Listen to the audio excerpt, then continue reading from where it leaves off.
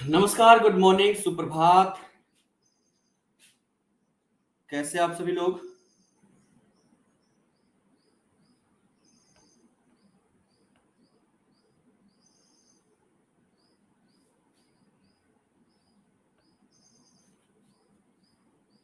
जल्दी से सभी लोग उपस्थित हो जाएं।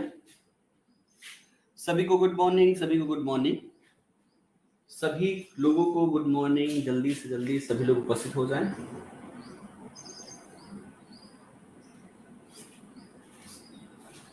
चलिए, एक जने का कहना था कि सर आप लोग 1 मिनट भी देरी करते हैं तो ऐसा लगता है क्लास कैंसिल हो जाएगा। देखिएगा, क्लास कैंसिल करनी होती है तो एक दिन पहले ही आपकी की जाती है, नोटिफिकेशन आप सभी को मिल जाता है। और मेरी क्लास जल्दी कैंसिल होती नहीं है। कैंसिल तब होती है जब बहुत ज्यादा थकावट हो जाती है, शरीर जो है हारी मान जाता है, तो ऐसी स्थिति में क्लास को कैंसिल करना पड़ता है, नहीं तो कभी भी कैंसिल होती नहीं है। ठीक है, स्टार्ट करें। चलो, एग्जाम में नहीं, आपके एग्जाम में 5 ऑप्शन नहीं रहेंगे, 4 ही ऑप्शन रहेगा। 5 के चक्कर में नहीं पढ़ना है। ठीक है, चलिए स्टार्ट करें। अच्छा, राजू जी कहना है साइंस वाली मैडम हम लोगों को डुबा दिया। अब देखा, ये उनकी प्रॉब्लम है। आप लोग प्रश्न उठा सकते हैं। ठीक है, आप लोग के भविष्य का सवाल है। हाँ, डेमो तो मैंने भी देखा हुआ था, डेमो में 5 तो दिया जा रहा है। अब देखिए, थोड़ा सा कुछ दिन और रुक जाइए, फिर फाइनली डिसीजन जो है वहां पर देखने को मिल जाएगा कि 5 रहेंगे या नहीं रहेंगे। ठीक है, अभी ठीक है। हाँ, ओएमआर पर 5 देखा है, मैंने भी देखा है, पूरी टीम ने देखा है। देखिए क्या होता है।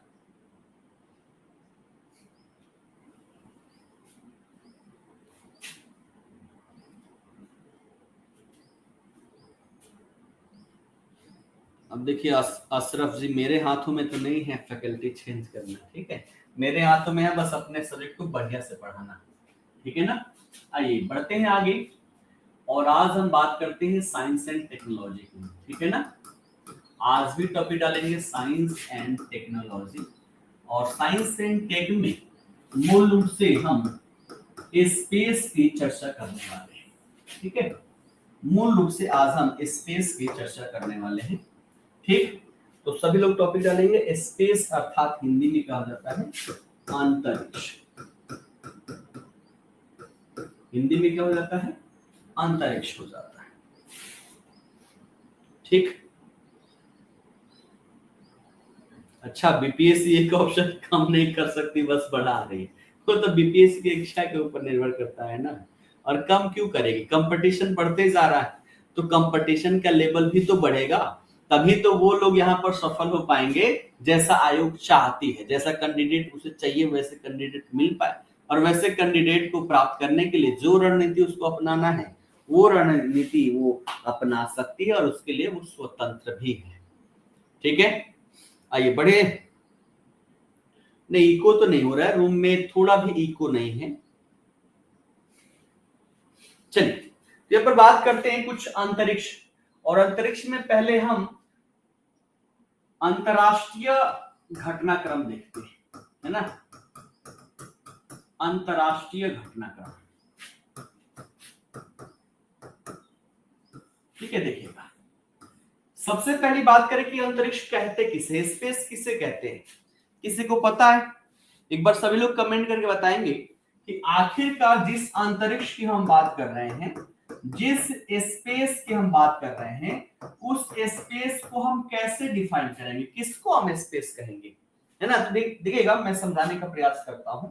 जैसे मान लीजिए पृथ्वी का क्या है, धरातल है, ये पृथ्वी का धरातल है। ठीक है, और धरातल के ऊपर देखें तो हमारा वायुमंडल है।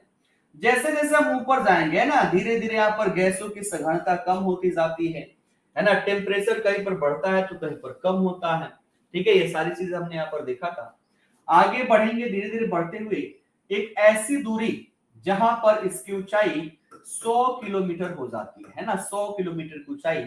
इसको हमने एक नाम दे दिया, इसको हमने नाम रखा कारमन रेखा। क्या नाम रखा? कारमन रेखा। ठीक है, तो पृथ्वी के धरातल से 100 किलोमीटर की ऊंचाई पर हमने एक काल्पनिक रेखा खींच रखी है जिसको हम कार्बन रेखा बोलते हैं। और इस कार्बन रेखा के बाहर का जितना भी क्षेत्र है इसको हम बोलते हैं आउटर स्पेस। क्या बोलते हैं? आउटर स्पेस बोलते हैं, ध्यान रखिएगा। तो जब भी हम स्पेस की बात करते हैं, जब भी हम अंतरिक्ष की बात करते हैं, यही 100 किलोमीटर के ऊपर की ऊंचाई की हम बात करते हैं, कार्बन रेखा के ऊपर की हम ऊंचाई की बात करते हैं। ठीक है, तो याद रखिएगा, है ना।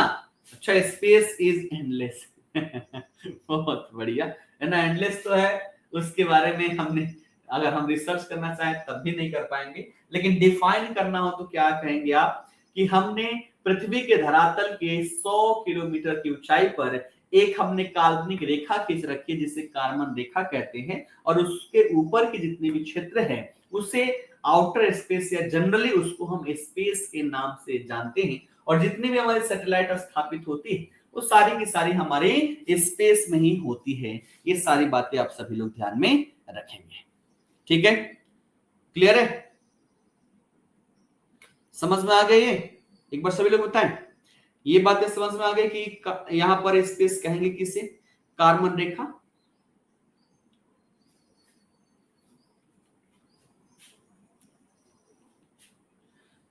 अंग्रेजी में भी कार्बन लाइन है और हिंदी में कार्बन रेखा है, नाम में कोई भी परिवर्तन नहीं है। ठीक, चलिए तो अब बढ़ते हैं आगे और कुछ अंतरराष्ट्रीय स्तर पर स्पेस से संबंधित घटनाक्रम है। ध्यान रखिएगा, सबसे पहले तो यहाँ पर, है ना, एक आपको यहाँ पर देखने को मिलेगा कि हाल ही में चीन के द्वारा एक अंतरिक्ष स्टेशन के लिए अंतरिक्ष यात्रियों को लॉन्च किया गया है। और यहाँ पर अंतरिक्ष स्टेशन जो है उसका नाम क्या है? तियानगोंग, है ना। क्या नाम है? तियानगोंग। और चाइनीज नाम है तो चाइना के जैसे ही होगा। क्या लिखेंगे आप सभी लोग? तियानगोंग अंतरिक्ष स्टेशन के लिए अंतरिक्ष यात्रियों को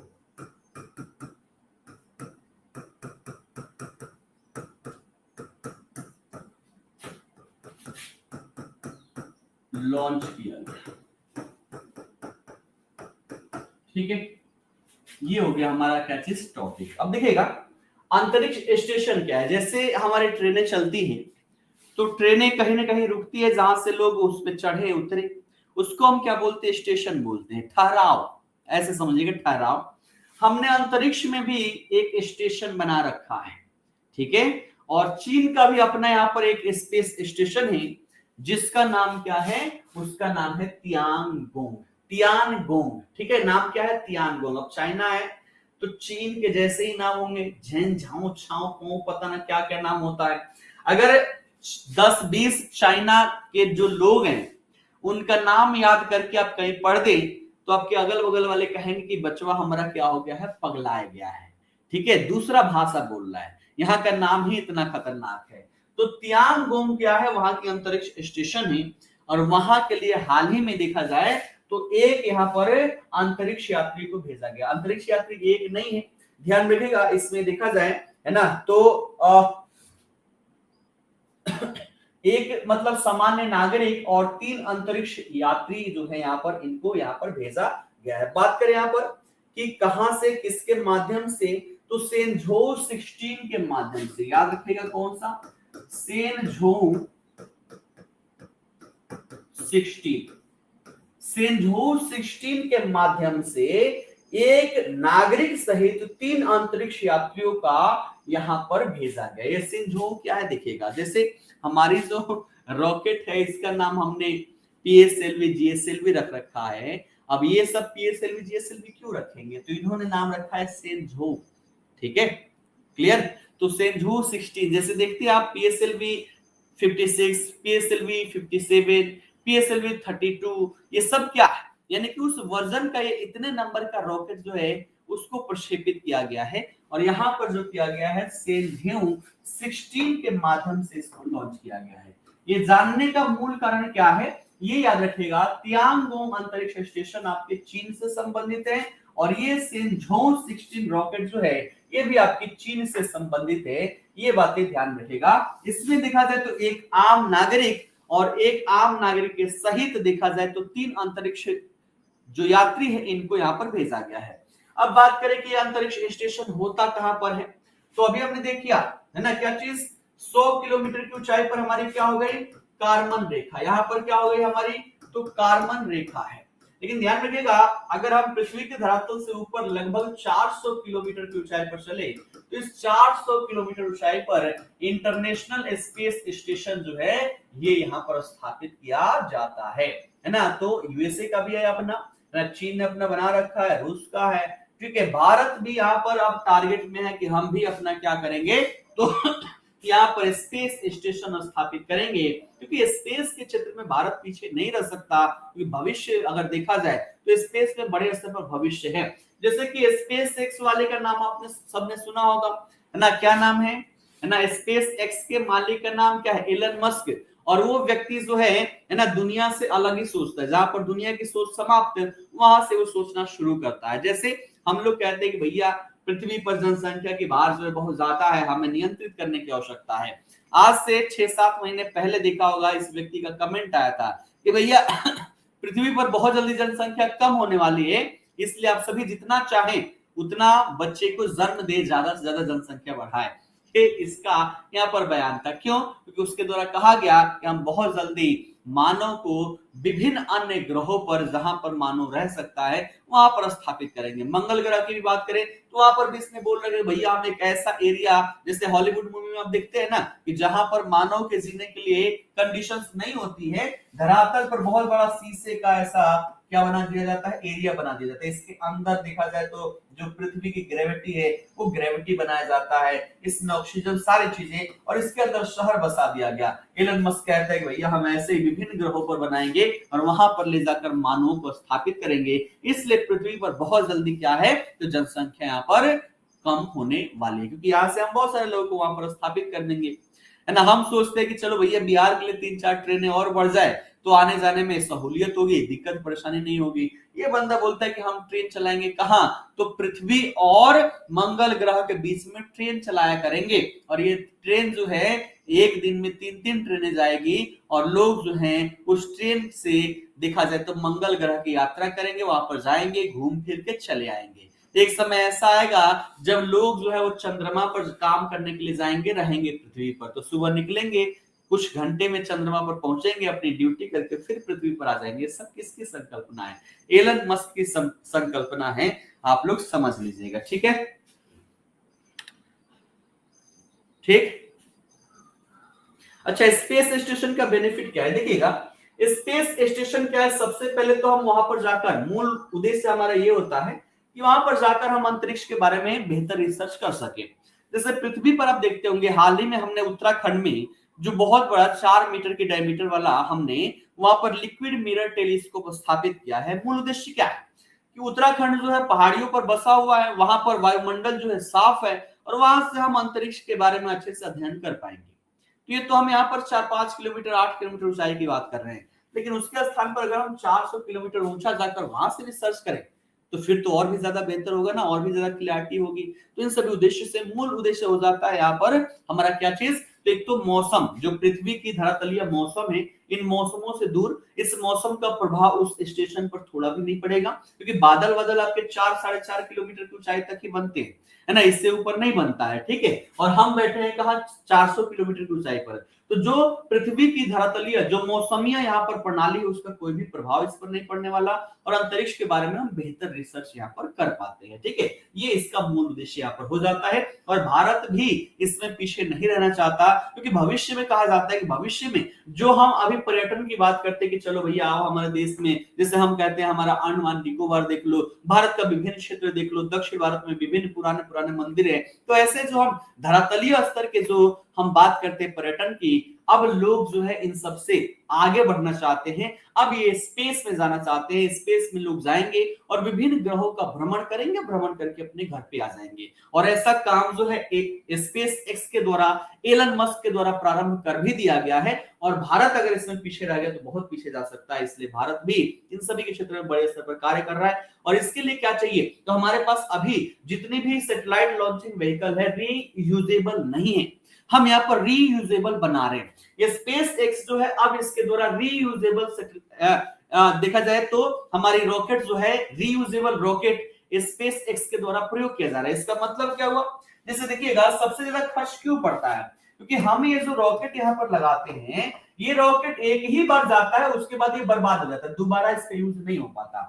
लेकिन अगर इसका हम दोबारा यूज करें, इसने क्या किया, पेलोड को ऊपर अंतरिक्ष में छोड़ दिया और ये पूरा पुनः पृथ्वी के धरातल पर आ जाए सुरक्षित तरीके से, तो क्या हो जाएगा, इससे हमारा क्या होगा, इससे हमारा ये होगा कि हमारा खर्चा जो होगा बचेगा। और इसलिए हम वर्तमान समय में RLV पर रिसर्च कर रहे हैं, रीयूजेबल लॉन्चिंग व्हीकल पर रिसर्च कर रहे हैं और इसके लिए विभिन्न डिजाइन भी हम बना रहे हैं। जब ये बन जाएगा, अब देख लीजिए, अब यहाँ मानवों को भेजना है, मानवों को भेजना है, तो हमारे पास क्या है, बस उड़ के जाकर रिटर्न आने वाली नहीं, तो हम भेज तो देंगे लेकिन बुलाएंगे कैसे, बुलाने के लिए यहाँ पर रीयूजेबल लॉन्चिंग होना चाहिए ना व्हीकल, कि यहाँ से पुनः मानव को हमने भेजा तो नीचे उतर भी सके। तो इसलिए हम यहाँ पर काम कर रहे हैं और जब इसमें हम सफल हो जाएंगे, हम बेहतर डेवलप कर पाएंगे, तो हम भी अंतरिक्ष में लोगों को भेजेंगे। अभी चीन भेज रहा है ना, फ्रांस भेज रहा है आपका, है ना, अमेरिका भेज रहा है, ठीक है। तो ये सभी देश जो है इनके पास रीयूजेबल लॉन्चिंग व्हीकल है, भारत भी इस पर कार्य कर रहा है, ठीक है।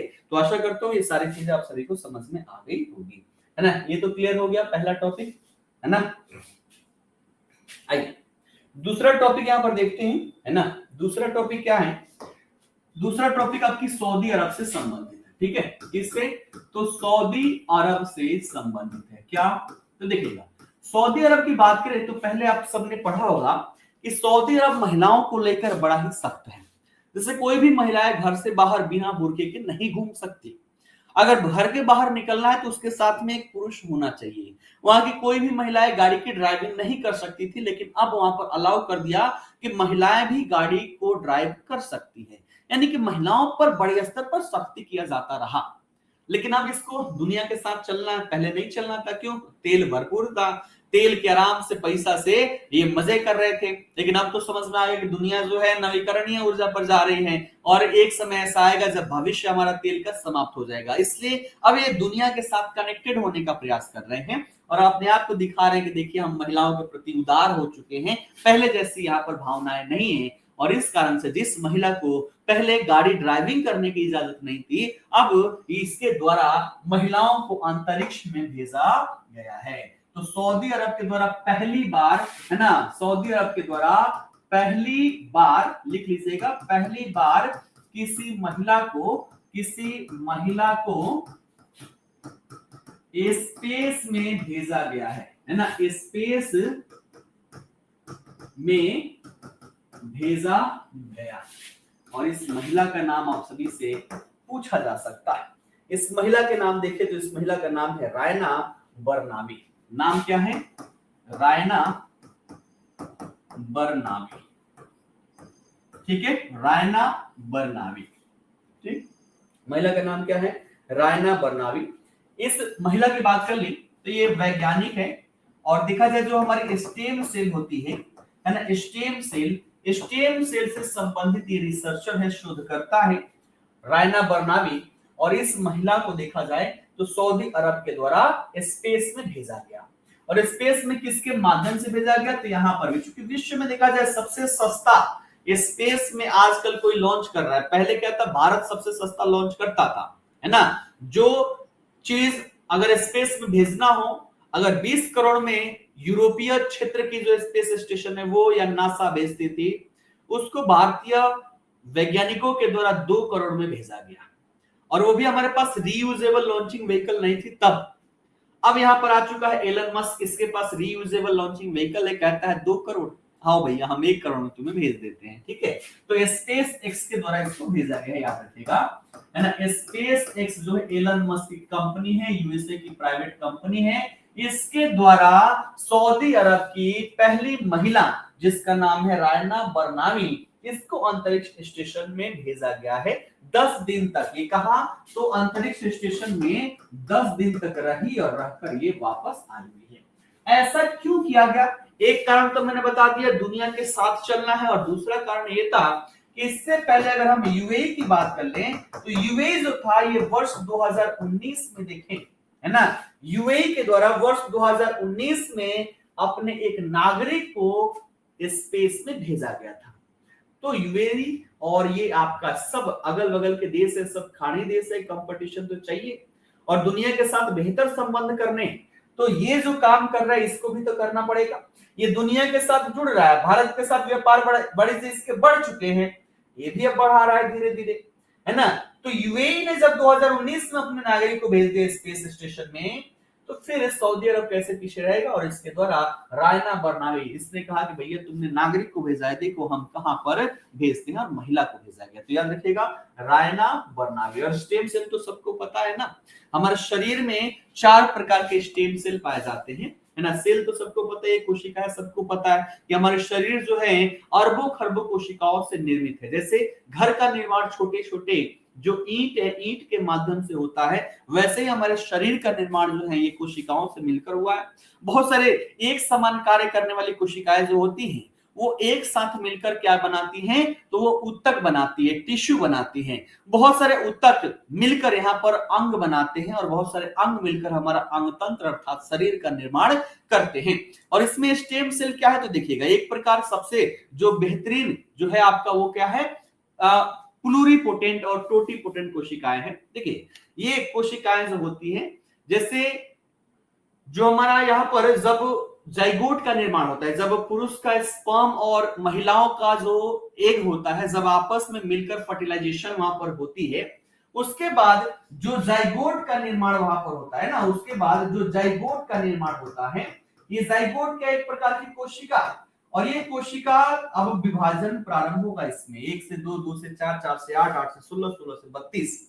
और ये जो कोशिका है इसको हम क्या बोलते हैं? इसको बोलते हैं टोटीपोटेंट कोशिका। यानी कि ऐसी कोशिकाएं होती हैं जिस कोशिका में क्षमता है कि शरीर के किसी भी अंग का निर्माण कर सके। क्योंकि देखा जाए तो इसमें ना हड्डियां हैं, ना इसमें पाचन तंत्र है, ना आंखें हैं, ना बाल है, ना दांत है ना मांसपेशियां है, कुछ भी इसमें नहीं, ना लीवर है, ना ही यहाँ पर देखा जाए तो हमारा गाल ब्लाडर है, कुछ भी नहीं है। लेकिन इस एक कोशिका के माध्यम से सबका निर्माण किया जाता है। तो इसमें इतनी क्षमता है कि हमारे शरीर के किसी भी अंग का निर्माण कर सके। इसको हम क्या बोलते हैं? टोटीपोटेंट प्लूरिपोटेंट कोशिकाएं कहते हैं, ठीक है। फिर कुछ कोशिकाएं होती है जो एक जैसे ही जैसा है वैसा ही निर्माण करेगी। जैसे हमारी शरीर की अन्य कोशिकाएं हो गई, यहाँ पर चोट लग जाएगा तो घाव भर जाता है। क्यों? क्योंकि यहाँ की कोशिकाएं जो है अपनी जैसी नई कोशिकाओं का निर्माण करती है ना। आप सबने सेल थ्योरी पढ़ा होगा, और सेल थ्योरी में कहा गया है कि जितनी भी नई कोशिकाएं हैं जिन्हें डॉटर कोशिकाएं कहते हैं, ये अपनी मदर कोशिकाओं से, यानी कि जो पुरानी कोशिका है उसी से नई कोशिकाएं यहाँ पर निर्मित होती है, जिस कारण से हमारे शरीर का कोई भी घाव जो है वो भर जाता है। ये सारे स्टेम सेल्स होते हैं। साइंस एंड टेक्नोलॉजी में ये भी देखा जाता है एक प्रकार का जादू है ना। यहाँ पर भी एक जादू है। अब यहाँ पर भी अगर आप सभी को ले जाऊं तो मजा आ जाएगा, लेकिन यहाँ पर लेकर नहीं जाऊंगा। बस ऐसे समझ लीजिएगा कि स्टेम सेल टेक्नोलॉजी के माध्यम से जो वैसी बीमारियां जो आनुवांशिक है, जो बीमारियां माता पिता से बच्चों में जाता है, उसको भी हम यहाँ पर समाप्त कर सकते हैं। इस टेक्नोलॉजी के माध्यम से वह व्यक्ति जो माता पिता नहीं बन पा रहे हैं, है ना, संतान उत्पन्न नहीं कर पा रहे हैं, उनको भी यहाँ पर देखा जाए तो संतान उत्पादित किया जा सकता है इस टेक्नोलॉजी के माध्यम से। अगर आप चाहते हैं कि आपका बचवा अमिताभ बच्चन के जैसा हो, तो अमिताभ बच्चन का बस एक टिश्यू चाहिए, उसका नाखून ले आइए, बाल ले आइए, कोई भी किसी भी शरीर का उसको लेकर आइए और उसके माध्यम से अपने बच्चे को डिजाइन करवाइए। डिजाइन करवा के माता के गर्भ में स्थापित कीजिए, वो बचवा सेम टू सेम वैसे ही होगा जैसा बचपन में अमिताभ बच्चन थे। और जब वो 20-22 वर्ष का होगा, एकदम Amitabh Bachchan same to same Amitabh Bachchan होगा, फोटोकॉपी होगा। ये भी क्या है? एक प्रकार की जादू ही है। साइंस एंड टेक्नोलॉजी है ही जादू, है ना। साइंस एंड टेक्नोलॉजी जो है वो जादू ही है, ठीक।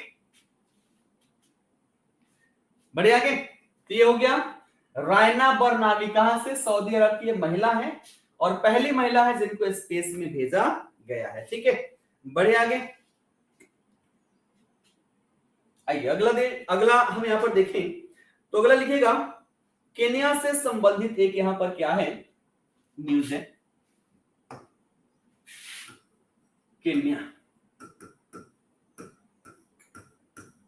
के द्वारा देखा जाए तो यहां पर पहला अर्थ ऑब्जर्वर सैटेलाइट यहां पर लॉन्च किया गया है ना। केन्या ने अपना पहला अर्थ ऑब्जर्वर सैटेलाइट यहां पर लॉन्च किया हुआ है।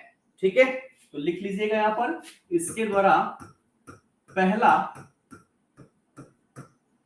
अर्थ ऑब्जर्वर सैटेलाइट लॉन्च किया गया है।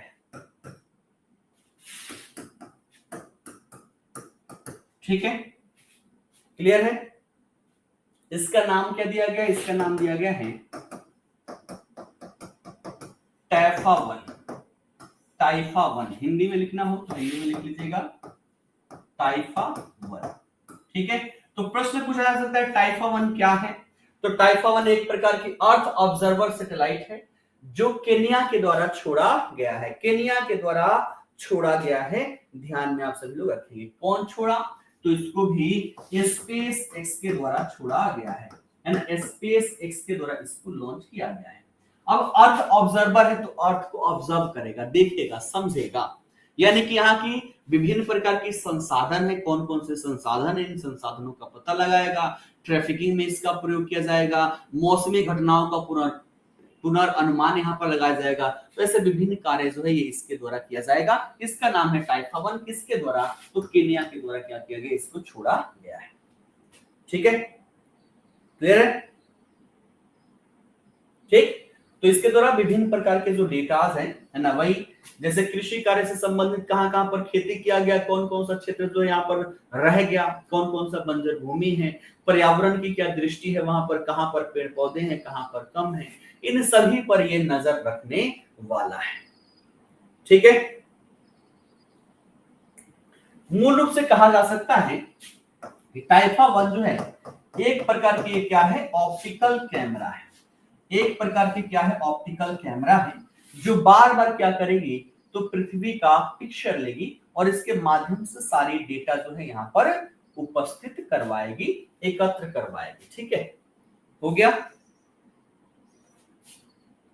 पीसी में भी तो लाइव चलेगा, आप वहां पर लॉगिन कीजिए, सारी चीजें क्या होगी, लाइव चलेगी वहां पर। ठीक है, क्लियर है। इतना बढ़े, आगे बढ़े। चलिए, इसके बाद चीन की बात हमने की थी, तो चीन की एक और बात कर लीजिएगा। चीन के द्वारा फेंग्यून 3 नामक उपग्रह की स्थापना की गई है पुनः, है ना, फेंग्यून 3। ठीक है, फेंग्यून 3 उपग्रह चीन द्वारा लॉन्च। ठीक है, फेंग्यून 3 उपग्रह जो है ये किसके द्वारा, तो चीन के द्वारा लॉन्च किया गया है। ठीक है, बात करिए है क्या, है ना, तो इसका मूल कारण क्या है, ये जो है ये मौसम संबंधी, है ना, मौसम संबंधी उपग्रह है। ठीक है, मौसम संबंधी उपग्रह है, अर्थात ये मौसम पूर्वानुमान लगाएगा, है ना, मौसम पूर्वानुमान, यानी कि अंदाजा लगाया जाएगा। इसके माध्यम से बताया जाएगा कि मौसम कैसे रहने वाले हैं, है ना, यहाँ पर देखा जाए तो कहाँ बारिश होने वाली है, कहाँ सूखा पड़ने वाला है, कहाँ पर देखा जाए तो स्टॉर्म्स आने वाले हैं, आंधी तूफान कहाँ पर आने वाले हैं। तो इन सभी की जानकारी एकत्रित करने के उद्देश्य से फेंग्यून 3 जो है इसको चाइना के द्वारा लॉन्च किया गया है। ठीक है ना, संतोष जी चैट ऑन है ना, आपको जो भी बोलना है मुझसे बोलिए, मुझे सारी चीजें दिखाई दे रही है, बस आपकी चैट जो है बाकी कोई नहीं देखेगा, है ना। नहीं तो कल ऑन किया था मैंने और देखा था, बहुत बढ़िया बातचीत प्रारंभ हो जाती है, सब अपना हाल खबर लेने लग जाता है और हमें पढ़ाई करनी है, हाल खबर किसी को नहीं दिलवाना है इधर से उधर। इस उद्देश्य से देखा जाए तो इसको मैंने क्या किया है, ऑफ किया। ठीक है, क्लियर, बढ़े आगे। चलिए, एक अब अगला है यहाँ पर जूस मिशन। अगला लिखिएगा सभी लोग क्या चीज, जूस मिशन।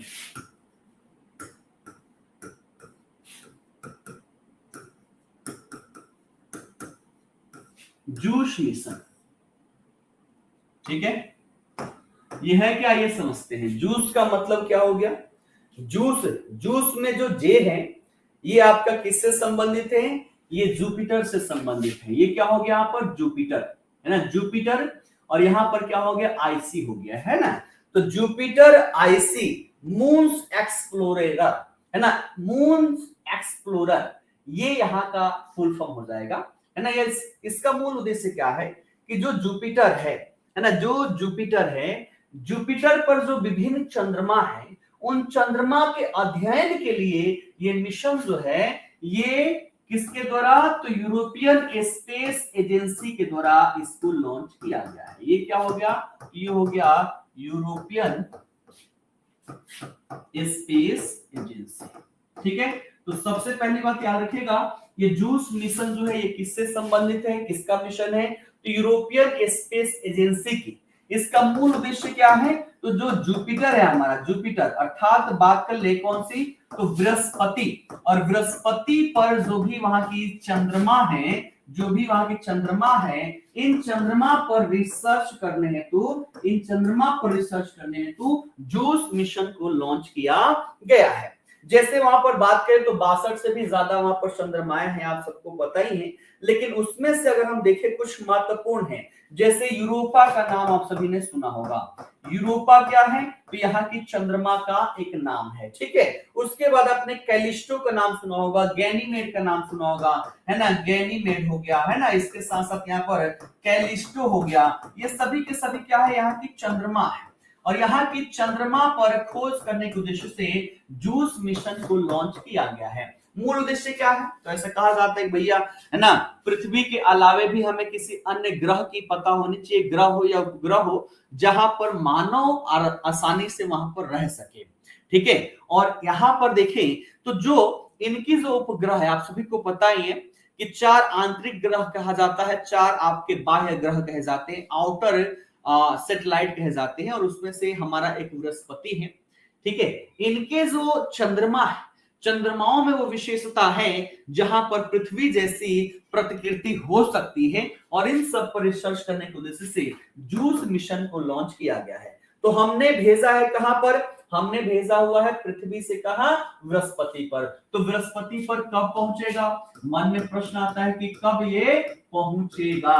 तो पहुंचने का यहाँ पर टाइम जो है वो है जुलाई के महीने में और वर्ष 2031 में। चूंकि दूरी बहुत ज्यादा है ना, दूरी बहुत ज्यादा है, और यहाँ पर हम 100, 200 या 500 किलोमीटर प्रति घंटे की स्पीड से नहीं चलते हैं। यहाँ पर जो हमारी सैटेलाइट चलती है ये लाखों किलोमीटर प्रति सेकंड की स्पीड से चलती है, और उस स्पीड से चलने के साथ ही ये जुलाई 2031 में वहां पर अपने लक्ष्य पर पहुंचेगी, और उसके पश्चात डेटा जो वहां से भेजेगी उसके आधार पर हम यहाँ पर रिसर्च कर पाएंगे, ठीक है। साइड, हाँ बिल्कुल मैं साइड हूं, लिख लीजिएगा। जूस मिशन जो है वो यूरोपियन स्पेस एजेंसी से संबंधित है।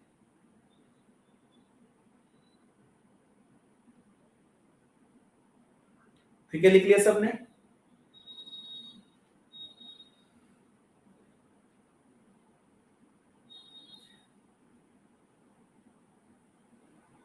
अच्छा, कितना दूर है, भूगोल नहीं पढ़ा आपने, भूगोल नहीं पढ़ा है, भूगोल तो पढ़ा ही होगा।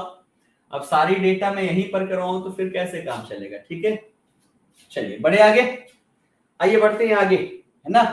और ध्यान रखिएगा, हाल ही में देखा जाए तो पृथ्वी के सबसे निकट 2 ब्लैक होल की खोज की गई है ना। पृथ्वी के सबसे निकट, पृथ्वी के सबसे निकट 2 ब्लैक होल की खोज की गई है, ठीक है। आइए देखते हैं किसके द्वारा की गई, इसका क्या नाम है और कहां पर है। सबसे पहली बात कर ले, ये है कहां, तो अपना मिल्की वे जो आकाश गंगा है ना, मिल्की वे, हम जिस आकाश गंगा में रहते हैं उसका नाम क्या है, उसका नाम क्या है ना, मिल्की वे, ठीक है, मिल्की वे आकाश गंगा में रहते हैं। तो इसी आकाश गंगा में अवस्थित है ये दोनों ब्लैक होल। बात करें कहां पर, तो ये सूर्य के बहुत करीब है। और सूर्य की हम बात कर ले, सूर्य जितना बड़ा है इससे 2 से 3 गुना ज्यादा बड़ा ये ब्लैक होल का साइज यहां पर देखने को मिल रहा है। ठीक है, इसका नाम कैसे पड़ा, किसने खोज किया, तो दिखेगा यहां पर भी यूरोपियन स्पेस एजेंसी जो है, यूरोपियन स्पेस एजेंसी का एक मिशन था जिसका नाम दिया गया था गैया मिशन। क्या नाम दिया गया था, गैया मिशन। तो गैया मिशन के तहत जो कैमरा यहां पर छोड़ा गया था सैटेलाइट के रूप में, इसके द्वारा इसका पिक्चर क्लिक किया गया है और इस पिक्चर को भेजा गया है। इसके आधार पर हमें पता चला कि हमारी मिल्की वे में देखा जाए तो सूर्य के जितना साइज है इससे भी 2-3 गुना ज्यादा बड़ा ब्लैक होल जो है ये हमारे मिल्की वे में अवस्थित है। और ब्लैक होल की बात करें, ब्लैक होल ऐसा एरिया होता है जहां से प्रकाश भी नहीं गुजर पाती। आपने प्रकाश का स्पेक्ट्रम पढ़ा होगा साइंस में कि कोई भी वस्तु हमें की कैसे दिखाई देती है। तो जैसे मान लीजिए है ना, जैसे हम क्या मान लीजिए मार्कर है, ठीक है, ये क्या है, मार्कर है, ब्लैक कलर की है। तो ब्लैक हमें इसलिए दिखाई देता है क्योंकि सबसे पहले सूर्य से जो रोशनी निकली है इसमें क्या है, 7 रंग है। इन 7 रंग जब आए है ना, ये 7 रंग जो हमारी प्रकाश में है वो सारी जाके इस पे टकराती है और टकरा के अगर ये वस्तु उन 7 प्रकाश के स्पेक्ट्रम को अवशोषित कर ली, कोई भी प्रकाश परावर्तित यहां पर नहीं हुआ, तो क्या इसकी रोशनी हमारी आंखों तक पहुंचेगी, नहीं पहुंचेगी। कोई भी वस्तु हम तभी देख पाते हैं ना जब उससे प्रकाश टकराती है और प्रकाश टकराकर रिफ्लेक्ट होकर हमारी आंखों में आती है तो हमें वस्तु दिखाई देती है। कोई वस्तु ब्लैक इसलिए दिखाई देता है क्योंकि जब भी प्रकाश इससे टकराती है इसका कोई भी स्पेक्ट्रम जो इससे बाहर नहीं आता। ये वस्तु की वो खासियत होती है जहां से ये कहता है कि भैया हम ना किसी को बेजानिया पिनाला सबने पढ़ा है, 7 रंग, 7 रंगों को ये अवशोषित कर लेती है और इससे टकरा के हमारी आंखों तक पहुंचती नहीं है, जिस कारण से ये वस्तु जो हमें काली दिखाई देती है। तो कोई भी वस्तु काली इसलिए दिखाई देती है क्योंकि प्रकाश उससे टकराकर हमारी आंखों तक पहुंच ही नहीं पाता है। और कोई वस्तु सफेद इसलिए दिखाई देती है क्योंकि वो कहता है कि भैया तुम जाओ, जितने आए हो उतने चले जाओ, और प्रकाश के 7 रंग जो है उसको परावर्तित कर देती है और 7 रंग जब आपस में मिलता है तो सफेद दिखाई देता है, इसलिए कोई वस्तु हमें सफेद दिखाई देती है। अब कोई पूछे कि कोई वस्तु लाल क्यों दिखाई देती है, तो बाकी जो 6 उसमें रंग है सबको अवशोषित कर लिया, केवल लाल को ही उसने परावर्तित किया तो वो वस्तु हमें लाल दिखाई देती है। ये सारी चीजें आपने पढ़ा होगा प्रकाश के स्पेक्ट्रम के रूप में। ठीक है, ये बातें समझ में आ गई। तो ब्लैक होल जो है वो प्रकाश को भी अपने से रिफ्लेक्ट नहीं होने देती, उसको भी अपने अंदर समाहित कर लेती है, इसलिए उसको ब्लैक होल कहा जाता है। और जो हमने यहाँ पर खोजा हुआ है उसका नाम चूंकि देखिएगा गैया मिशन के तहत है ना, गैया मिशन के तहत इसकी खोज की गई है, इसलिए इसका नाम गैया BH1 और BH2 दे दिया गया है। तो इसका अगर हम नाम देखें तो नाम याद रखिएगा यहाँ पर है ना, नाम क्या हो गया, तो एक का नाम है गैया BH1 है ना, गैया BH1 और दूसरा जो है उसका नाम दे दिया गया गैया BH2। ठीक है, गैया है ना, गाय को हम लोग बोलते हैं ना गैया, गैया हमरी गैया है या हमरी गैया, तो वही गैया याद कर लीजिएगा। तो प्रश्न पूछ दे गैया BH1 और BH2 क्या है, तो ये ब्लैक होल है जो हमारी आकाश गंगा में ही अवस्थित है। ठीक है, हो गया सबका। बात करें कौन कितना दूर है ना, तो इसको भी लिख लीजिएगा। अगर हम BH1 की बात कर ले तो ये हमसे बात करें तो 1560 प्रकाश वर्ष दूर है। ये कितना, तो 1560 लाइट ईयर की दूरी पर ये अवस्थित है गैया BH1। और वही BH2 की बात कर ले तो ये 23,800 प्रकाश वर्ष की दूरी पर है। कितना, तो 23,850 लाइट ईयर की दूरी पर है। ठीक है, लाइट ईयर क्या है ये भी प्रश्न पूछा जाता है आपके साइंस में। तो लाइट ईयर जो है ये दूरी को मापने का एक हमारा क्या है, तो मेजरमेंट की तरीके है, प्रणाली है। एक लाइट ईयर यानी कि प्रकाश के द्वारा एक वर्ष में जितनी दूरी तय की जाती है उसको एक लाइट ईयर कहते हैं। यानी कि अगर यहां से प्रकाश को यहां तक पहुंचना हो तो उसको पहुंचने में 1560 लाइट ईयर लग जाएगा। ठीक है, तो एक 1560 वर्ष लगेंगे। तो सोचिए आप सभी को पता होगा कि लाइट जो है 1 सेकेंड में 3 लाख किलोमीटर से भी कहीं ज्यादा ये चलती है एक सेकेंड में। किलोमीटर की बात करें तो उसकी काउंटिंग करना हमारे मस्तिष्क के बस की बात नहीं है, कैलकुलेटर से काउंटिंग करना पड़ेगा। तो इतना फास्ट है, एक सेकेंड में 3 लाख किलोमीटर। और इसके द्वारा एक वर्ष में जितना दूरी तय किया जाता है उसको हम 1 लाइट ईयर कहते हैं। और दूरी कितनी होगी? 1560 लाइट ईयर। यानी कि लाइट को भी वहां पर पहुंचने में 1560 वर्ष लगेंगे। हमारी जीवन अवधि कितना है? 60-70 साल की है। हम क्या यहाँ पर पहुंच पाएंगे लाइट की स्पीड से? तब भी संभव नहीं है। ठीक है ना? क्लियर? ठीक है।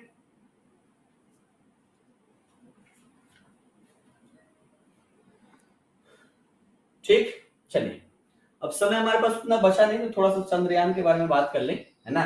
कल हमारी तारीख है 13 और 13 जुलाई को 2:35 सभी लोग लाइव देखेंगे। मैं पहले ही बता रहा हूं, जितने लोग हैं इसरो की ऑफिशियल यूट्यूब चैनल पर जाएंगे और लाइव देखेंगे। किसको?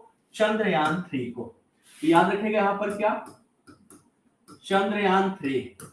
इससे प्रश्न आपके बनेंगे कि अभी आपके एग्जाम में समय है, अभी आपके एग्जाम में समय है, ठीक है ना। और देखा जाए तो यहां से प्रश्न आपके बनेंगे।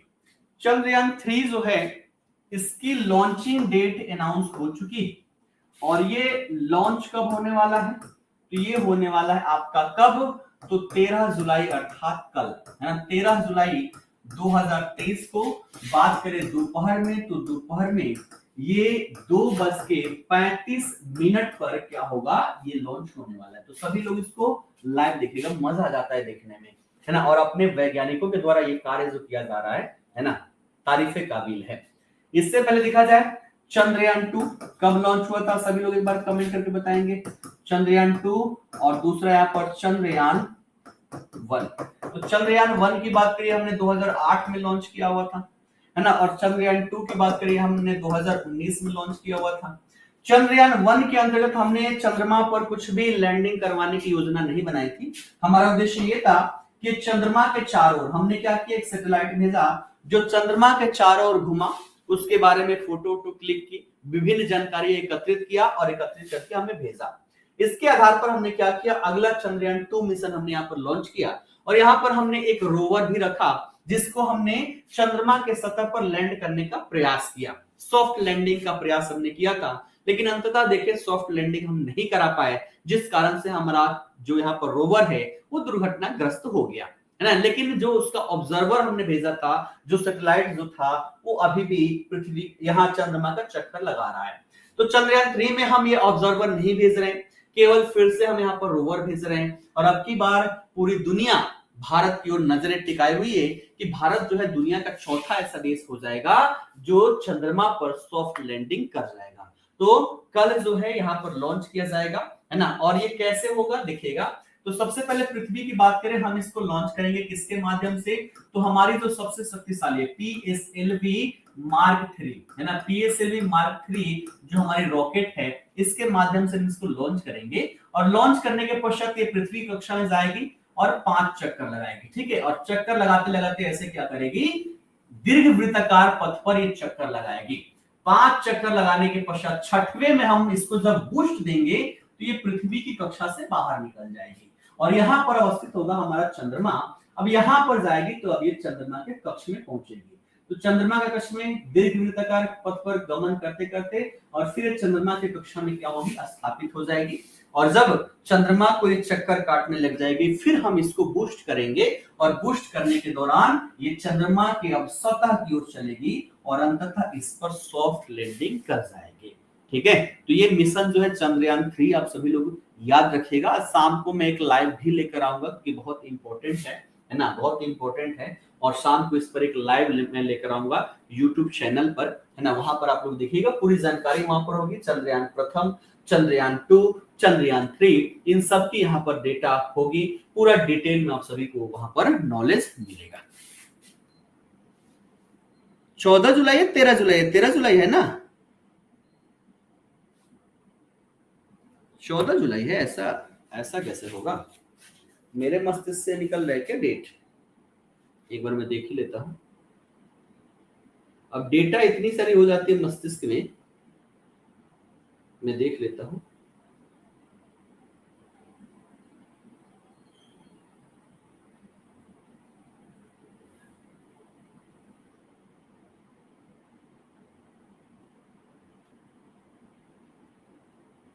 हाँ 14 जुलाई है, माफ कीजिएगा 14 जुलाई लिख लीजिएगा, है ना। 14 जुलाई, फिर 13 किसका डेट था, किसी ना किसी का तो डेट था 13, तभी दिमाग में आया होगा 14 जुलाई। हाँ बिल्कुल, है ना। 14 जुलाई है, परसों लॉन्च किया जाएगा ये, ठीक है ना। 14 जुलाई 2023 इसरो की वेबसाइट पर एक बार देख ले।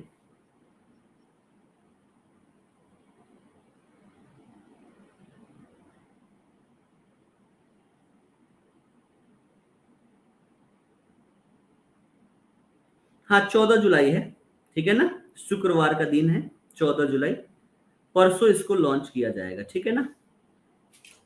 क्षमा चाहूंगा, है ना, क्षमा चाहूंगा अगर इसके लिए किसी को दिक्कत हुआ। देखिएगा हो जाता है, बहुत सारी इतनी सारी डेटा होती है, इतिहास की डेटा नहीं है कि मन में इधर उधर नहीं होगा। अब करंट की डेटा होती है, 2-4 दिन पहले हम पढ़े रहते, इतनी बार हम रटे नहीं रहते कि वो चीजें मस्तिष्क में याद रहे, है ना, तो थोड़ा सा यहाँ पर गड़बड़ हो जाता है, ठीक है ना। तो 14 जुलाई सभी लोग इसको याद रखेंगे, ठीक है। लाइव देखने के लिए इसरो का ऑफिशियल यूट्यूब चैनल है, उस पर आप सभी लोग इसको लाइव देखेंगे, ठीक है, क्लियर।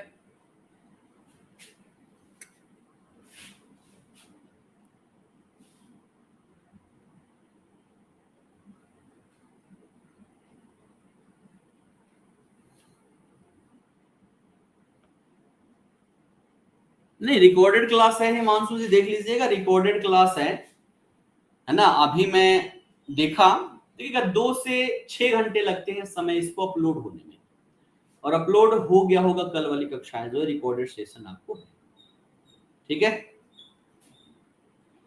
देखिए तियांगोंग ये चाइना से संबंधित है, और किससे संबंधित है, तो इंटरनेशनल जो चाइना का अंतरराष्ट्रीय स्पेस स्टेशन है उससे संबंधित है। देखिएगा स्पेस स्टेशन की बात करें, अभी हमने बात किया कि पृथ्वी की धरातल से लगभग 400 किलोमीटर की ऊंचाई पर, है ना, 400 किलोमीटर की ऊंचाई पर हम क्या करते हैं, इंटरनेशनल स्पेस स्टेशन स्थापित कर रहे हैं, है ना। मूल रूप से देखा जाए तो ये हमारा विभिन्न प्रकार के रिसर्च करने के लिए हमारा होता है ना। और यहाँ पर भी देखा जाए तो जो नासा के वैज्ञानिक है वो लाइव रहते हैं, आप लोग चाहें तो वहां से कैसा पृथ्वी का नजारा होता है वो सारी चीजें आप लोग देख सकते हैं, लोग वहां पर जीवन यापन कैसे करते हैं, क्योंकि यहाँ पर देखा जाए ग्रेविटी जीरो होती है, जीरो ग्रेविटी पर होती है। वहां अगर आप जहां पर बैठे हैं, बैठने से तो कोई मतलब ही नहीं, ग्रेविटी होती है तब तो हमें किसी चीज पर बैठना पड़ता है, ग्रेविटी नहीं होगी आराम से वहीं पर रहिए। लेकिन इसका नुकसान भी है, क्योंकि हम धरती पर हैं, हमारे शरीर पर ग्रेविटी कार्य कर रही है, जिस कारण से हमारे शरीर पर एक खिंचाव बल महसूस हो रहा है, और इससे लड़ने के लिए हमारे हड्डी में कैल्शियम की मात्रा जो है उतने तक सीमित है। लेकिन अगर कोई व्यक्ति इस स्पेस स्टेशन पर जाकर रह के आता है कुछ दिनों तक, तो चूंकि अब इसके शरीर को कोई खींच ही नहीं रहा, इसके हड्डियों पर दबाव ही नहीं पड़ रहा, तो अब शरीर को ये लगेगा कि चलो इस पर शायद इसमें कैल्शियम ज्यादा हो गया है, इसका कोई काम नहीं, तो धीरे धीरे शरीर जो है कैल्शियम यहाँ से कम कर देगी, और कम कर देगी तो हड्डियां क्या हो जाएगी, कमजोर हो जाएगी, और इस कारण से यह व्यक्ति जब पृथ्वी पर आता है तो खड़ा ना हो पाता है, और खड़ा हुए भी तो हड्डियां कईयों की चनक जाती है ना। तो ध्यान रखिएगा, वो फिर मेंटेन करने में उसको समय यहाँ पर लग जाता है, ठीक है। आशा करता हूं आप सभी लोग अच्छे से समझ गए होंगे। चलिए साइंस के क्लास से, है ना, साइंस के क्लास से अगर परेशान हो गए हैं तो आप सभी लोग क्या कीजिएगा, है ना, रिपोर्ट करने का ऑप्शन है या मेल का ऑप्शन है, तो आप लोग मेल कर सकते हैं, ठीक है ना। चलिए ठीक है, चलिए फिर सेशन को यहीं पर समाप्त करते हैं। इसका पीडीएफ चाहिए, आप लोग 1 मिनट वेट करेंगे तो इसका पीडीएफ भी मैं आप सभी को उपलब्ध करवा दूंगा, बस इसको पीडीएफ में कन्वर्ट करना है।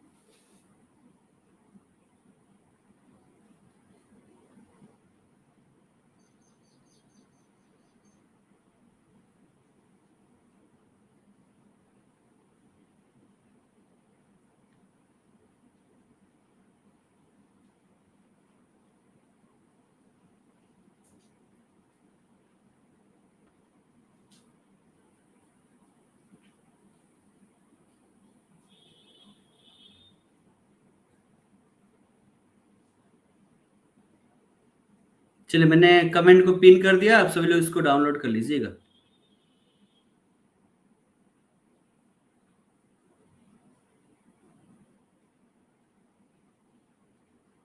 देखिए 5 ऑप्शन, अब ट्रिक के लिए समय बचा नहीं है हमारे पास, अगली कक्षा भी आपकी स्टार्ट होगी, है ना। तो कल जब क्लास स्टार्ट करेंगे ना, क्लास स्टार्ट करते ही जो भी मन में डाउट होगा रणनीति को लेकर, जैसे कुछ कमेंट यहाँ पर आ रहे हैं कि 40 नंबर के लिए रणनीति कह रहे हैं, तो कल शुरुआती का 10 मिनट हम इसी पर चर्चा कर लेंगे, ठीक है, कि रणनीति क्या होनी चाहिए।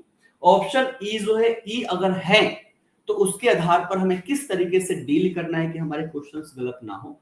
तो ऐसे जो भी आपके मन मस्तिष्क में डाउट है, कल आते ही हम शुरुआती दौर में इसकी चर्चा कर लेंगे, क्योंकि पढ़ना ही सब कुछ नहीं होता है। हम बहुत पढ़ ले लेकिन रणनीति पर अगर कार्य ना करें तो फिर हम सफल नहीं हो पाते हैं।